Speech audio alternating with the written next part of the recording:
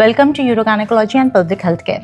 So in this urogynecology, we have done lot talk about the prolapse and overactive bladder also, and medical management. Till we have talked about the overactive bladder. But what about refractory bladder? What about if the common measures drugs does not respond? What about further what we can do? So today the topic is, I hope you have guessed it, it's Botox in urogynecology. Yes, this drug where it is used in urogynecology, it is used from head to toe at various levels by various doctors. But what about urogynecology? So today with this, we have with us Dr. Meera V.V. Raghavan ma'am, consultant urogynecologist and robotic surgeon at Apollo Chennai. Good evening, ma'am. Thank you for coming us and giving us the opportunity to discuss Botox. I think the best we could have the topic is detail about Botox in urogynecology.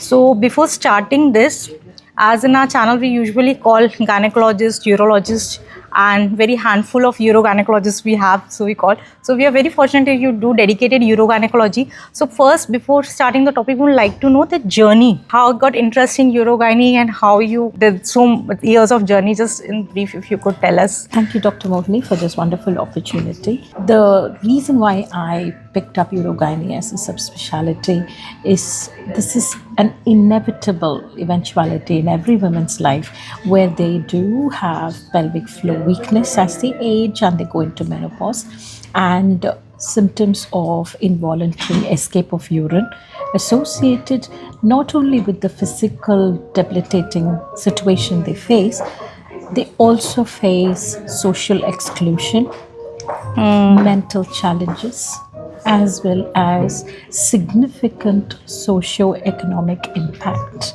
on the daily routine and the quality of life. This kind of made me take it up as a further training after my registrar training and CCT in the UK. And I always believe that prevention is the better mode than cure. So we need to catch our population early and sensitize them to pelvic floor integrity and rehab much earlier in their lives before they even get into pregnancy. So that is when my journey started, and I've had training in the UK as well as in Germany, and subsequently mentored with my better half for robotic surgery, went for training for robotic surgery, and I do robotic surgery on both the platforms, namely Da Vinci and Medtronic Hugo Ras platforms, and which comes in very handy for urogyne because it's deep in the pelvis and it's a fixed domain and helps me reach those depths of pelvis which would otherwise not be amenable with the laparoscopy. So it's comfortable for me to give the best surgery at the first aspect, especially for our iatrogenic fistula patients. Very true. So ma'am, Botox in bladder. What is Botox and what are the types of Botox? Okay. Botulinum toxin is a neuromuscular chemical toxin which acts on the presynaptic neuron vesicles, preventing the release of the acetylcholine. We all know acetylcholine is a stimulant for the muscle fibers, and because this arrests the release of the acetylcholine from the presynaptic neurons, there will be a flaccid paralysis of the subsequent skeletal muscle at the neuromuscular junction. So botulinum toxin is of 7 different subtypes, and we use the type A omnabotulinum toxin for therapeutic usage. We have learned this from our other specialty colleagues like the neurologists, the cosmetic surgeons. But it is not just for the wrinkles, it's also for the tinkles, and helps greatly in women who suffer a great degree with overactive bladder symptoms. And that is where botulinum toxin is a boon in the armamentarium for the treatment of incontinence. So you very nicely said, ma'am, wrinkle, not only for wrinkle, for the wrinkles also, and like innovation, like skin Botox is used for many years, decades we know. but the same drug using in urogyne has been a boon for the patients especially. Absolutely. So ma'am, what are the indications we come to what Botox and urogyne, in which conditions we can give them? Botulinum toxin can be given in patients who have refractory overactive bladder. What do we mean by refractory overactive bladder? When the patient has symptoms of frequency, urgency can be associated with leak or not without leak. What we call the dry OAB and the or wet the wet OAB. And they can usually have nocturia as well, in the sense they go multiple times in the night. If they are not responding to the conventional methods of treatment like lifestyle changes, fluid management, and weight reduction, of course, and medical management, where they have had a combination of two anti-muscarinic medications, a symptomatic drug, for a period of 6 to 12 weeks. And if they are not going to respond to that, there's no point changing to a different molecule of the same family, or keep on increasing the dosage, because now here I want to ask ma'am, this, as you said, not responding, what does it mean? How much percentage? Because when the anticoagulant, there is some response, but it will not be complete. So what we should take as some questionnaire, leakage, pad leakage, definitely. and percentage, how much is really. So what will be the criteria? She is supposed to get partial response, 40-50%, or how much we should like switch over to? See, these are conditions which I said are not life-threatening. Yes. They're not going to affect the health. However, they will have a significant impact on the quality of life. So, how much ever we try to objectively assess it, we need to get a quality of life questionnaire, and I use the short form ICIQ questionnaire and the impact questionnaire, and that will give me an idea of how the progress is. Yes. And if they are going to respond, they usually respond after 2 weeks, and the maximum effect is gained by 3 months. 3 months. The challenge here is in patients who have mixed incontinence, or in patients with a heavy body weight or other comorbid conditions, and the anticholinergic burden of their polypharmacy, which prevents them from continuation of these anticholinergic medication because of the side effect profile. The significant side effect profile, especially in our aging population, being dry mouth and constipation. And constipation is a double whammy, because constipation worsens the urgent continence. So we need to keep on educating them about fluid management. Each visit when the patient comes, we have to go back to again to the basic. Are they following that? Are they doing? Because once they start on drugs, even patient forgets to, they don't follow the lifestyle modification. We have the validated questionnaire, we have the bladder diary, which help us objectivize the whole impact scenario of the medication. And I generally give them a bird's eye view of the target they need to achieve. If you have, say, 7 to 9 voids during the day and maybe 1 or 2 voids max at the night, that's therapeutic target. They are very comfortable with that. So I cannot cure them, but I can mitigate the problems. It's point that we can reach them and leave them cope up with this. Very true. And other indications apart from refractory overactive? Apart from refractory overactive bladder, neurogenic bladder, that is a crucial one for the management with botulinum toxin. These patients, unlike the refractory overactive bladder, have huge impact on the upper tract, and they are the ones who need to be picked up because of the over-contractility of the reflux will be there. There will be reflux, and not only that, there will be back pressure changes and the potential for loss of nephrons and going into kidney damage, kidney damage. And these patients are a younger cohort where there has been a voiding dysfunction, either due to a bladder-centric voiding dysfunction or a neurogenic bladder dysfunction, where there is a cutoff between the upper tracts and in the sense, neuronal upper tracts and the bladder center, or because of a spinal injury, or because of a spinal cord tethering, or a meningomyelocele which has been operated in the past, so on and so forth. They not only suffer from recurrent UTI, they suffer from voids which are incomplete. They have high pressure bladders which are unstable, they're not compliant, and they have incontinence as well. So they have the whole gamut of urogynec problems and lower urinary tract symptoms, and they are young. This is the difference. Refractory usually in the older age, they have tried lifestyle modification, exercises, anticholinergic, muscarinic, and then And botulinum toxin is an important tool in the armamentarium for treatment of neurogenic bladder in such patients, because I tell them three important things. We need to keep the bladder empty. We need to reduce the pressure in the bladder. We need to avoid recurrent urinary tract infection. So and all all these three can be achieved by the botulinum Botox toxin. toxin. And next, other indication. And again, in refractory bladder pain syndrome, the initial thought process, the teaching which was there with botulinum toxin injection was avoid the Trigone area. because the ureters are nearby, the sensation of the bladder is abundant because of the nerve endings in the trigone.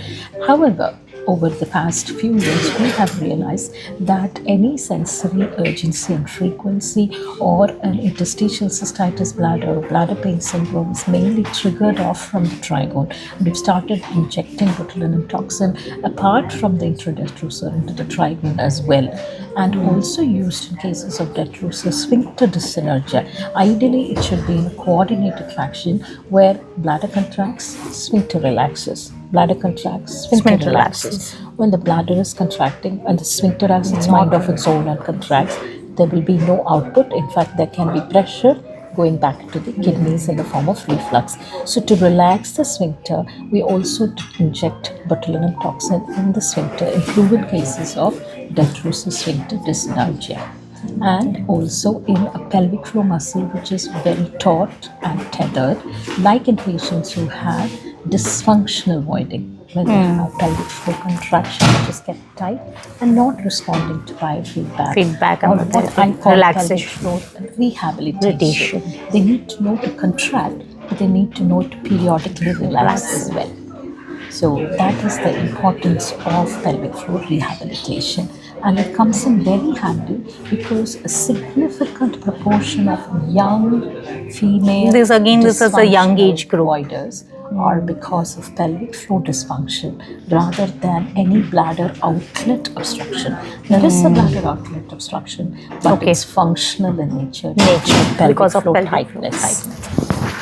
And last, I think, vaginismus. Definitely. In patients who have pelvic floor tightening and organically proven vaginismus, where they tighten the pelvic floor as a consequence either of a psychosocial sexual trauma or because of a pure vaginismus, this is done to relax the pelvic floor muscles and cure the vaginismus as well, or in intractable vestibulodynia and vulvodynia in association with the cocktail injections for trigger points which we can give. Botulinum toxin can also be given in that cases. I'm feeling very nice of choosing you for this topic. It's like ocean of knowledge. Just one question and ma'am is like continuous. There's so much of the vast. So ma'am, the indication has been very clear. So I think majority what it clinical practice is refractory overactive bladder and the neurogenic is yes. very important. So what are the prerequisites when we have decided this is the indication, now this patient comes in? So before subjecting, because again it's an invasive procedure, it's something requires monitoring CICU to be taught. So what are the prerequisites before going patient of a refractory over bladder for Botox? What indicate or investigation or what should be checked out? Nothing replaces a proper, thorough history and a clinical evaluation. Right from the patient walking in, her BMI will give you an idea. Her gait will give you an idea. The way she sits on your chair will give you an idea. If she is on diapers, she's going to be very fidgety. She would not drink water. She would be dehydrated. She might even come with UTI and sepsis sometimes. So all these matter, and a proper history and evaluation with an objectivization, with a bladder diary and a quality. That is something, because in invasive, so we should have at least a bladder diary. Have a QR code in your clinic. Ask them to scan. While they're waiting, let them fill the questionnaire. Less paper, less cutting trees. You still have the information. Wow. There is a data entry. It's digital. You can use it for research and audit purposes, and also for prognostication of your patients at outset how they were, after treatment how they are. They objectively visualize the difference in their outcomes, and it's a positive visual guide for them to persist with the lifestyle changes what they are doing. So it's one way of looking It's like at just not like the- diagnostic, therapeutic. They understand that with I have with this, then I got this symptom frequency. So Yes. that's also bigger. Absolutely. So urodynamic, role of urodynamic before going for Botox. any intervention in incontinence where you're going to do an invasive procedure, we should be doing urodynamics.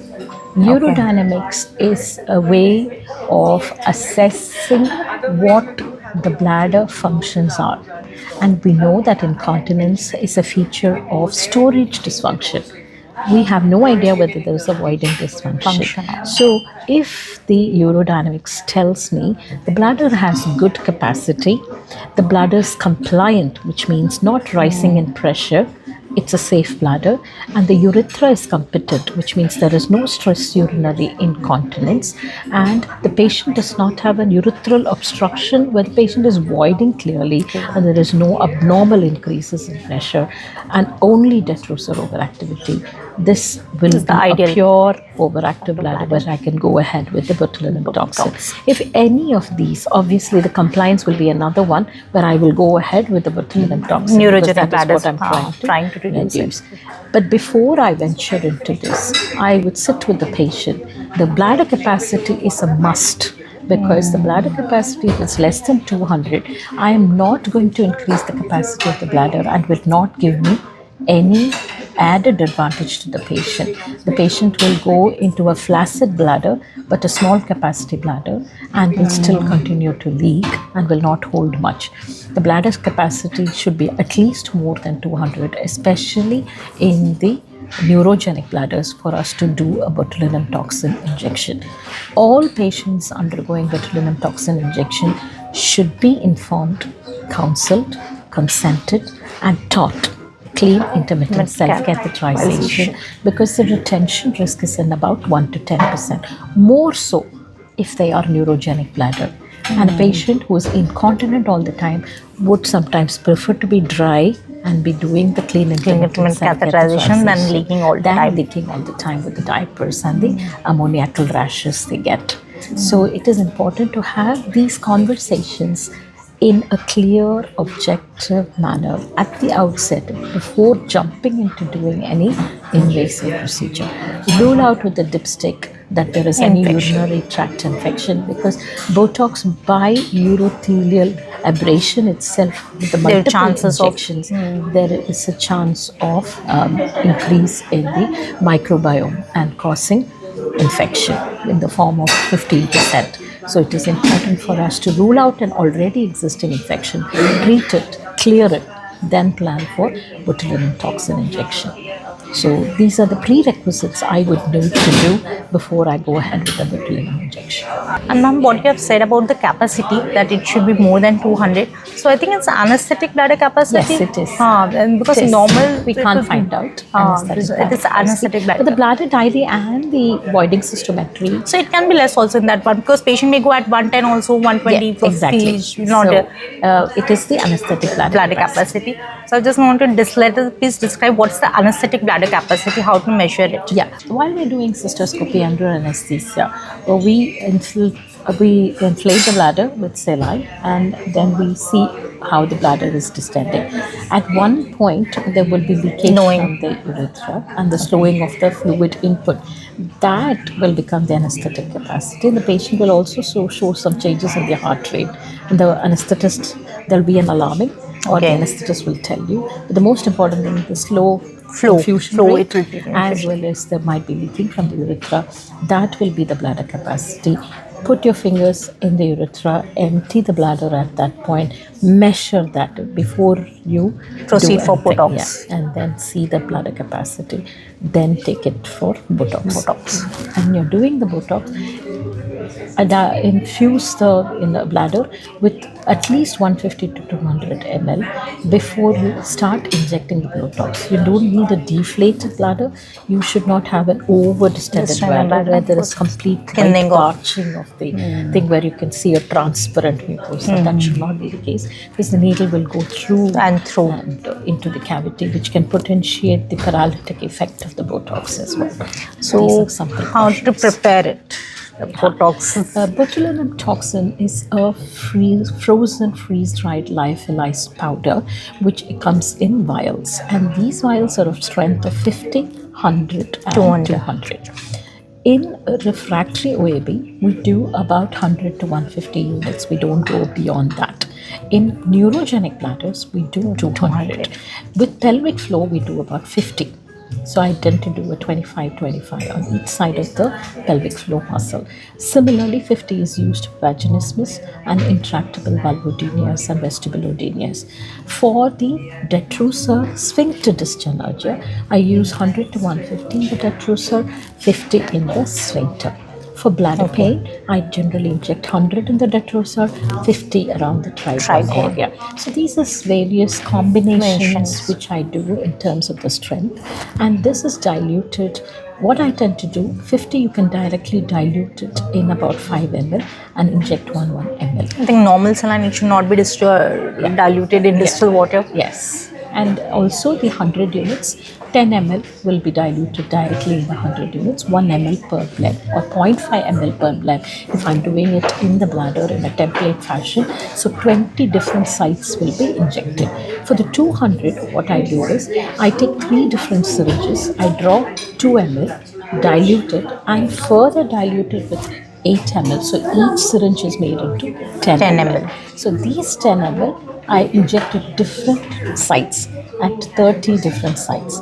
So I start in a stepwise fashion. I look at the left ureteric orifice, 1 to 1.5 centimeters above the incision of the ureter at the intraureteric bar level. I start injecting, raising a bleb in the intradetrusor. I think that is very important. It should, bleb should be raised. It That's sprouts the correct out like a jellyfish, and you keep moving across the bladder. Don't start at the top, because if you start at the top, you will start bleeding and your vision will go and keep cleaning, you will have this constant bleeding. These can be very difficult, especially in because bladders. so many spots, there will be bleeding, spotting coming out. Start just above the intraureteric bar, go in a template fashion, finish off the horizontal top row, come back to the second row, then the third row, finish off with the other end of the intraureteric bar, ureteric orifice insertion. If you're doing trigone, come to it at the last and finish lateral off walls the also with the intraureteric bar only you should take it. Don't Superior do the dome.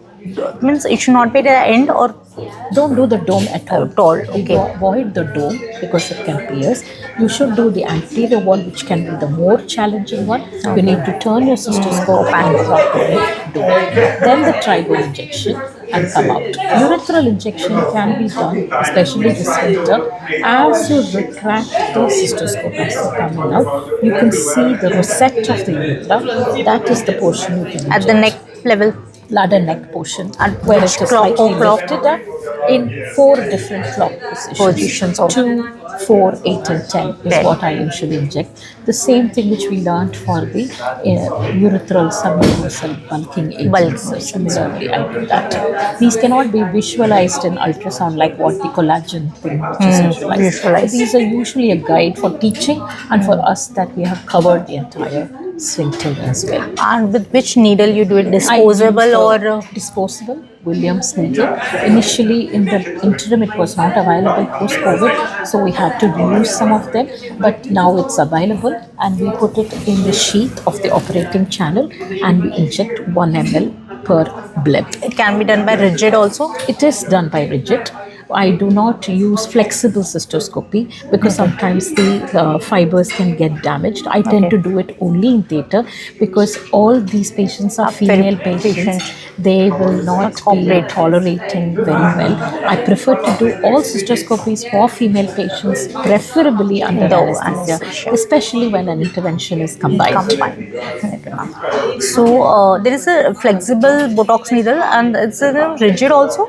We can create our own rigid ones, but the lower hawk at the end where the syringe has to be attached, that is not compatible. So the leak or the wastage of the solution is there. And we have to understand this is a pricey medication. Yes, that's very true. We should not be wasting. So the most important tip in the diluting is Ask your assistant, whoever is in the scrub area, not to take out the bottle. There is a flap which opens. They have to open the box packaging. They have to put the bottle on the sterile area. You clean the top portion of that with sterilium, then inject, keeping the bottle on the trolley, and don't agitate or shake the bottle. That is the most important It thing. should be a wine swirling mechanism where the entire lyophilized powder gets diluted. Otherwise, if it's frothy, if it's foamy, Shake you it or lose out lose on the the powder. toxin. It gets stuck to the walls and will not be coming into the diluent, and you waste that powder. Patient will not get effect, the no. effect of what your therapeutic and you'll not intent get was. why it is not responding. Exactly. And you will term it as a failed botulinum toxin. Toxin. The technique of preparation, the asepsis with which it is done, not agitating or violating the aseptic precautions, are very important precautions while doing this procedure. If we follow all this, the whole procedure takes only 10 to 15 minutes. The patient In is the done. expert hands. No, it doesn't Ma'am, take long. I think problem with Botox was the bleeding. You said Yeah. once, Yeah. vision, you have to clean it repeatedly, and that's, I think that's somewhat task it takes. Otherwise, yes, it's a very good procedure. Invasive, but patient gets Patient huge respond benefit beautifully. and it's like boon, literally a boon to I tend to urogynecology. cover them with IV antibiotics. I also give And them which to post-operative avoid antibiotics. I antibiotics. do not give aminoglycosides like a gentamicin or amikacin because these can React. potentiate the neuroparalytic Effect effect of Botox. Botox. And I also tell my anesthetist not to give any skeletal muscle relaxant like a tubercular because that can also potentiate the muscle paralysis, neuroparalysis and of you the will not know Botox. because of which, and it will potentiate definitely. Steroids induce myopathy. Patients who have myasthenia gravis, patients who are on muscle relaxants, they also should be avoided. exercising caution. Take a neurology clearance before you go ahead with these patients. Usually they are cleared, but we watch out for any respiratory distress in these patients. Make sure they are fine before you discharge them. Majority, if not all, the cases are done as a day case procedure.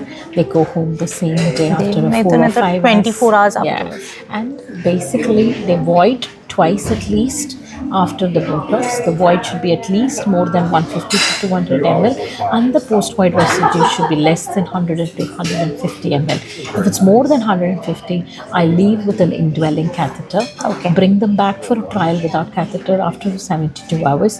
We would have already taught CISC. Ask the patient to start doing CISC when you remove the catheter. So you should literally not only inform, you should teach CIC before. I teach them. Otherwise, they will not be accepting of it post-operatively. And if neurogenic bladder, many patients are not able to do in that neurogenic bladder. CIC. Carer. Carer should be. So, it's education of the patient, education of carer is paramount when you do such interventions. As I earlier said, these are problems which are going to continue for a long time. And patient education and taking the patient on board on these decision-making processes are crucial for the success of this treatment. Got it. And this is how many after we can repeat the Botox once you get the effect? Yeah. See, there should be a minimum window of 3 months before we can repeat the injection of botulinum toxin. We tend to have at least a good therapeutic window of 6 to 9 months before they need a subsequent one. The refractory overactive bladder do not come back for 18 to 24 months because they are doing very well. If they have been on anticholinergics or sympathomimetic agents, I don't give the anticholinergics. I stop them because this itself can cause into retention. I only give the sympathomimetic agents like mirabegron only for a period of 2 to 4 weeks like a backup, and stop that also because the Botox would have started taking effect. And before taking beyond for 2 weeks. Botox, you stop anticholinergic mirabegron? No. Because I don't it increases stop. the- I stop the anticholinergic. I continue the sympathomimetic. How many days before you stop? Botox usually gets maximum effect by 2 weeks. Okay. So I stop it after 2 weeks. This is like a Okay, so backup. before operative, you don't stop anticholinergic. Okay, that's was patient will not have retention because of that. Exactly. Sympathomimetics do not cause And anticholinergics, Anticholinergic I stop how many days before the at procedure? least a week.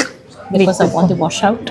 So I stop the anticholinergic, just keep them on the sympathomimetic agents, because remember, these are refractory patients. They will be on double medication or a higher dose. So I bring it down to a minimum dose of mirabegron, like 50 milligram. I don't believe in 25 milligram because all the therapeutic interventional trials have used 100. 100. We are using 50. So I don't go below that. And I stop that mirabegron usually after 2 to 3 weeks, because that is the time botulinum toxin starts to have maximum effect. Right. So after when the patient comes, like you said, after 18 to 24 months, you start again with anticholinergic?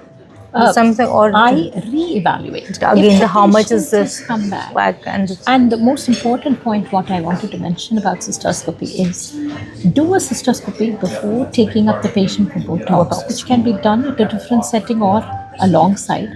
But tell the patient, if I find something which is explaining the refractory nature of your overactive bladder, I will not go in for Botox. Because if they're having carcinoma in situ, they're having an ulcer, they're having another condition like tuberculosis, which is another reason why there is a refractory overactive bladder, which we should have ideally ruled out if there was a pyuria or a before hematuria beforehand. usually in So investigation we get it. the evaluation is paramount before jumping into the intervention. And the resurgence of the symptoms, the refractory nature or the recurrence of the symptoms should always warrant a thorough evaluation, starting from clinical history taking, clinical examination, and if needed, a repeat urodynamics as well, ruling out infection at the first outset. And when you said like we started, the patient, I usually combine pure urgency, maybe mixed also, and if SUI is also there. I don't combine both procedures. No, obviously, but once suppose a patient has in case scenario, the patient has been given the Botox. Now the patient has come back.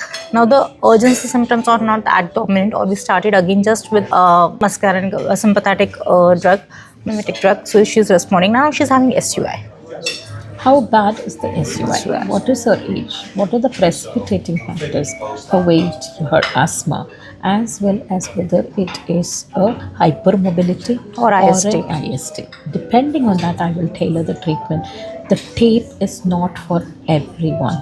Obviously, definitely, but if you require an intervention for SUI, because majority I will after- stage it after 3 months because maximum effect of Botox is seen at 3 months. I will stage it after that, because if I put a retropubic tape, I tend to err on the side of retropubic tape because that is the most studied midurethral sling. I do not want the patient to go into retention when the Botox maximization is there. So I wait for a 3-month period. I can buy time by asking them to lose weight, because we know even 5% weight reduction, they have a great effect on- 70% therapeutic effect. I keep emphasizing this at every instance, and that is one of the reasons I did lifestyle medicine certification from British Society of Lifestyle Medicine, because what I found as a challenge was 85% of our urogyne patients have lifestyle issues. Unless I address that at the outset and keep re-emphasizing, the maximum benefit of my therapeutic intervention will be a wishful thinking. So I keep reiterating that, and I certainly find some evidence of improvement when they do the lifestyle modifications. And SUI treatment comes as a staged procedure, because at the outset, as you really know, mixed incontinence, we always treat the most bothersome first. And any intervention, they will not be mentally prepared to have it within a short span. So we place it after 3 months. And other way around, a patient of SUI has been treated with underwent surgery for SUI. Any tape we take, synthetic or autologous, as we know that there are chances 5 to 10% that this patient may have de novo urgency. Very true. 30, suppose 35, 35 or 40 years she has undergone a surgery, and 20 years later on with menopause, and then she's going in urgency. Now that if that comes, so if with the previous sling in situ, is a Botox a contraindication? Not at all. But it will come later in the armamentarium. Obviously, after all the evaluation, drugs not responding, but yes, we can give it. that because with the because Definitely. as the lifestyle, as you said, many of them are obese. The lifestyle, India is a diabetic capital. They have so much of us. So we are seeing more and more SUI procedure, more and more getting intervened. So they may have later on urgency. So that can also be done, but it's not a contraindication, right, ma'am? Absolutely. No. A previous sling surgery is definitely not a contraindication Contraindication for for botulism. However, previous sling surgery, we have to make sure the detrusor overactivity That is not because secondary to mesh exposure, obstruction or an something. Yes, obviously, extrusion. definitely after evaluation because sling, even in the bladder, when there is later on it may get exposed or erosion, that may also lead to urgency. This is There are many another ways. thing which I choose depending upon the patient. If there is a mixed picture, but the SUI warrants a sling, I make sure there is no voiding dysfunction. Then- If there is a voiding dysfunction already, I would err on the side of a obturator approach because then that patient will not have Very true. blockage. Very and true. It's worsening not of doing the detrusor retropubic and the activity. pubovaginal. Very true. So these are small nuances Which you have to take, and I in think the that comes with evaluation. experience. Yeah. And as you said, of voiding the again are the same thing. Neurogenic. Usually they have both the issues, They do. voiding and this overactive. And once we start with after obviously neurogenic, we do a urodynamics, and when there is a leakage and we do CIC, and we start with anticholinergic also Yes. before going for this. But when it's not responding and we feel the upper tracts are damaging, we prefer more Botox. Yeah. So in this, In patients with a combined neurogenic as well as an overactive neurogenic bladder, there is another option of sacral neuromodulation. okay. Same as comparison with botulinum, they stand hand in hand. And that's at the only same the rung. how much invasive. That's only the next question. The It's not voiding about the invasiveness of the procedure at all. It's about the Cost. cost. It's I do too sacral costly. neuromodulation. Okay. It is done under sedation. It is not done under anesthesia. Patient is awake. We ask them to wiggle their toe, Toe. and you Also see see which wiggle nerve in is the there. toe, and you can place the S3. electrode correctly. Okay. It works correctly in patients chosen for the procedure. As I rightly put earlier on, that we tend to put the intervention or the tool or the device or the technique into disrepute as a price for an improper selection of patients for that particular technique. So choose the patient right, and a refractory overactive bladder is a prima facie indication for sacral neuromodulation on par with the therapeutic effect with botulinum toxin. The cost is restricted. That's very important. Just mention a cost, ma'am. As per I know, Initial phase 7 to where you 10. do, yeah, the initial phase where you do a trial lead is about 1 to 1.2 lakhs, 7.5 lakhs. So the whole package will come to about 10. But the patient is started on the same day. Okay. So even with voiding dysfunction in neurogenic, we should prefer Botox when there is an indication. Yes. Definitely for prevention of basically it's more than quality of life, it's prevention for the upper tract. Yes. That is more important of vision to do it. So bladder pain syndrome also same. Detrusor sphincter dyssynergy, I'm going to know what test, how to diagnose, because I think diagnosis is also very difficult. Video urodynamics and EMG leads are not that reliable when we do UDS. So how be sure that it is? And one more primary bladder neck obstruction, and that also Very, very rare to see a primary bladder neck obstruction in an anatomical way in women. It's very rare, yes, but however, be aware of it, especially the urethral pressure profile, which we don't do It's normally, not, but video urodynamics will help well, us. in bladder pain and detrusor sphincter dyssynergy also. The Euroflow pattern will tell us about the detrusor sphincter dyssynergy, whether it's a staccato pattern. So starting from that, we can find out. That is right. And The background of an upper motor neuron lesion, like post-stroke, post-hemorrhagic stroke, or that will also do. Yes, that will give us be a the clue that it is predisposed. And when the voiding dysfunction, when given the pelvic floor muscle, where the pelvic floor dysfunction is at, what points we give 25-25? I tend to go like a fan. I start with I palpate the ischial spine. I give about 1 ml there. Come lateral to the ischial spine, another ml there. Trace it towards the ischial tuberosity, another ml, and trace it anteriorly right up to the hymen. This is in one half of the pelvis. Similarly, 5 ml on the other half of the pelvis. So Okay, 5 it's ml. actually diluted in 5 ml, so 0.5. 25. So this side. 25 and this. Is there any side effect of this in relation to incontinence when the Botox muscle relax? Yes. Is there something? They can feel a bit lax down there. Some occasionally can complain of fecal soil pain, Incontinence, yes. especially in Older women, age. but older women generally do not have this kind of pelvic floor dysfunction. Function. So Okay, it's usually yes, very true. That Botox age has is also something been very used important. for refractory fissures, anal fissures, where there's extreme tightening of the pelvic floor muscle and the anal sphincter, where there's been Botox injection given in the anal sphincter to prevent recurrent fissures and fistulas in younger women. So basically, we should very have some precaution transient. that laterally don't go Don't come- posterior and even the anterior. Yes. There may be incontinence Incontinence. So also. you're going to go in a fashion of a fan-shaped injection, more in the base of the pelvic floor rather than the anterior. Anterior to aspect. posterior. The same, I think, for vaginismus, which muscles are taut or Yes, you find The muscles. You will know from the previous examination, Examinations. which is why we need a bulbal mapping of where the tight Where myofascial facial bands bands are, are. the trigger points are.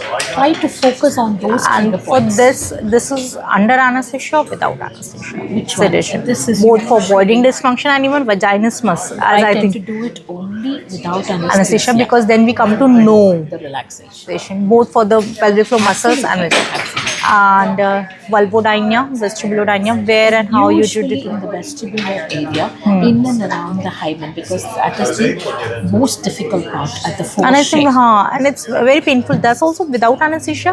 That we give it under TIVA, total intravenous anesthesia. The patient Okay. is kind of Conscious, because that you should know where it is, conscious. and it is painful. Obviously, not able to touch. Injecting is a Exactly. next task. So even in vulvodynia, the skin wherever there is I can always give per rectal analgesia to these patients. okay, that will also work good. Okay. So I think we have completed short. Any else मैं कुछ भूल गए हूँ तो हम botox के regarding Post-operatively, watch out for urinary tract infection. infection, Ask the respiratory patient- rate. Yeah, respiratory rate. Tell the patient to report immediately if they In are case of finding retention. any retention, any blood in urine, or urinary sepsis features like fever with chills, where you need to intervene much quicker, and these can be in the range of 10 to 15%. So in fever, what intervention we know if the patient has Antibiotics. Just Make sure. So, ma'am, thank you so much for giving the detail about Botox in urogynecology. I think it was as good as reading from a book and getting complete question, everything answered. So, after listening to them, I think we come to know that Botox is a very good boon when used. Chosen the patient is correct and the indication is correct. But anybody want to see how you do it, to learn from you, the urogynecologist. So how can it be helped? There are YouTube videos which I have posted. We've done a video presentation as well. They can come over and watch. We have done master classes for botulinum toxin injection. But not only as well. Botox, ma'am, just to learn the whole of the urogyne, because like you will agree that 1 in 3 female have pelvic floor dysfunction, and with the experience you have, I think pelvic urogyne cases are increasing. But learning how to learn from if anybody I want would to like to emphasize one thing here.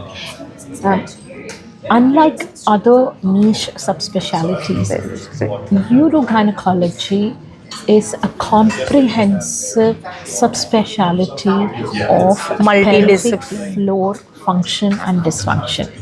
It is all about managing the patient with urogyne problems rather than homing in on surgical procedures, because you will find the surgical procedures are few and far between, and it is the same repertoire across the spectrum, and not everybody needs a surgical intervention. So you need to know how to diagnose patients who will need surgery and also manage complications of surgical procedures done by others and treat them appropriately and place the timing of the surgical procedure, the appropriate time for the appropriate patient to optimize the outcome. So I think that kind of training is mandatory, where we will like to have a fellowship and involve the trainees not only sitting in the outpatient clinic, training themselves how to do a proper urodynamics, watching a video urodynamics, getting trained in transperineal ultrasound, the imaging process, pelvic floor physiotherapy with biofeedback, because we see a lot of patients with obstructive defecation syndromes. We see a lot of patients with voiding dysfunctions due to pelvic floor. So that training, along with a female urologist or a reconstructive urologist, in cases of I true think added urethral advantage to stricture get trained under you is robotic and exposure. robotics, yes. Because as And you how said, to when you do- have to deep in the pelvis, I think Yeah. robotics in urogynecology is again, urogyne as such is I think very budding branch in that, but robotics in urogyne is No, again it coming is up. very, very handy because we What get a was lot you of said? hypergenic fistulas. We do a lot of vault prolapses, and sacrocolpopexies and pectopexies can be a day case procedure in robotics, and the patient gets discharged in the same day without a catheter. Unless we'll there love has to been see a and bladder learn injury. from you. It's a very gratifying procedure, especially sacrocolpopexy after the cesarean section where you get the best outcome. However, it just has its own risk and injury factor, and complication. it is a comprehensive training in the clinical care as well as outpatient and inpatient care of urogyne patients, rotating between pelvic floor physiotherapy, female urologist, reconstructive urologist, and a radiologist, along with the urogyne clinic. So you get a comprehensive understanding of a multidisciplinary, multimodal treatment for urogynic problems and pelvic floor problems in women. We hope to soon release it with online and offline sessions and completion of modules, and there will be a certification at the end of it. So this is what we're looking at. Thank you, ma'am. Thank you so much. Thank you so much.